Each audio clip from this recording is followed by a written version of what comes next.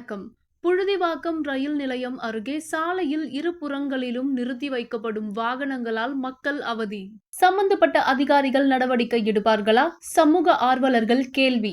சென்னை புழுதிவாக்கம் ரயில் நிலையம் அருகே Velachery inner ring சாலை எப்பொழுதும் பரபரப்பாக காணப்படும்.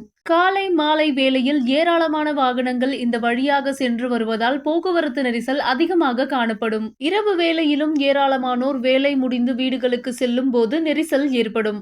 எப்போதும் பரபரப்பாக காணப்படும் இந்த சாலையின் இருபுறமும் ஏராளமான வாகனங்கள் சாலையை ஆக்கிரமித்து இரவு வேளையில் நிறுத்தி வைக்கப்பட்டுள்ளது.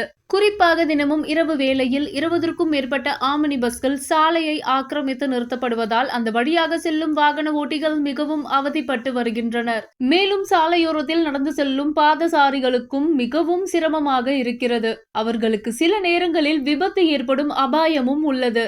எனவே சம்பந்தப்பட்ட அதிகாரிகள் உடனடியாக நேரில் ஆய்வு செய்து சாலையோரத்தில் நிறுத்தி வைக்கப்படும் வாகனங்களை கண்டறிந்து சம்பந்தப்பட்ட அதிகாரிகளின் மீது நடவடிக்கை எடுக்க வேண்டும்.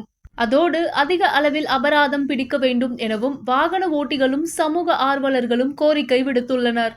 மேலும் பல தகவல்களை தெரிந்து கொள்ள இணைந்திருங்கள் எம் நியூஸ் தமிழில்.